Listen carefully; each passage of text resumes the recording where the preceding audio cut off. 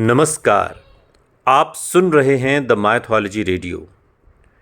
महाभारत युद्ध के पश्चात कर्ण के 10 पुत्रों में से केवल एक ही बचा था और ऐसा माना जाता है कि वृषकेतु जो कर्ण का पुत्र था वो धरती पर रहने वाला एकमात्र ऐसा मनुष्य था जिसे ब्रह्मास्त्र, वरुणास्त्र, अग्नि और वायुआस्त्र के उपयोग की समझ थी। उसके वध के पश्चात इन सभी अस्त्रों का ज्ञान भी पृथ्वी से चला गया। महाभारत की कहानी बहुत विस्तृत और रोचक है। हालांकि ये वो ग्रंथ है जिसे घर परिवार में रखने की मनाही है और ऐसा माना जाता है कि महाभारत का घर में होना कलह और क्लेश को बढ़ाता है।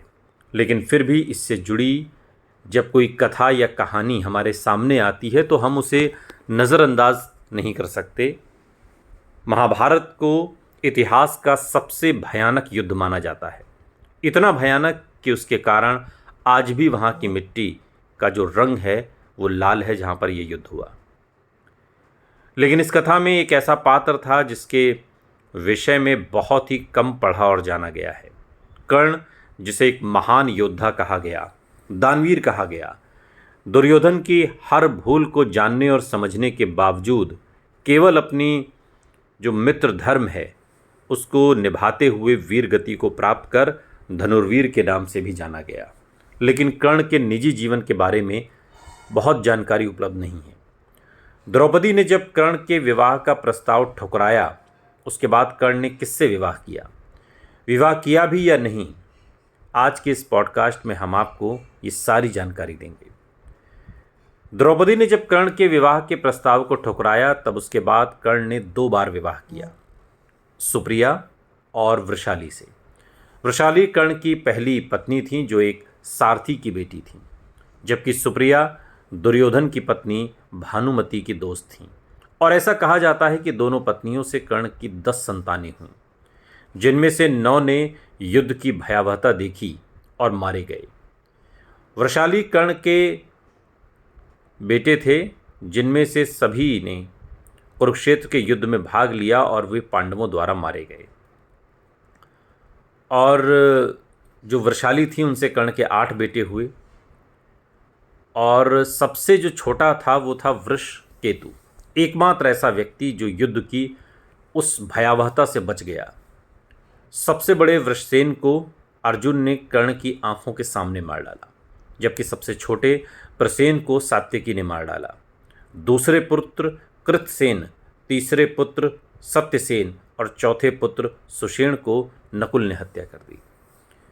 अर्जुन ने कर्ण के 5वें और 6ठे पुत्र शत्रुंजय और द्विपता को भी मार डाला और 7वीं जन्मी बाणसेना को भीम ने कुरुक्षेत्र युद्ध में मार डाला। वे सभी कर्ण और वृषाली से पैदा हुए थे। माता पिता दोनों को बहुत पीड़ा हुई। कर्ण अर्जुन द्वारा मारे गए। वृषाली ने सती होने का संकल्प चुना क्योंकि वो अपने पति से बहुत प्रेम करती थी। वो चिता पर बैठ गईं। हालांकि पौराणिक इतिहासकार इस बात पर एकमत नहीं हैं कि वृषकेतु कर्ण और वृषाली की ही संतान थे। और ऐसा ही कर्ण का विवाह भी एक क्षत्रिय महिला पोकैया की राजकुमारी उर्वी से भी हुआ था और ऐसा माना जाता है कि वो कर्ण की वास्तविक दूसरी पत्नी थी।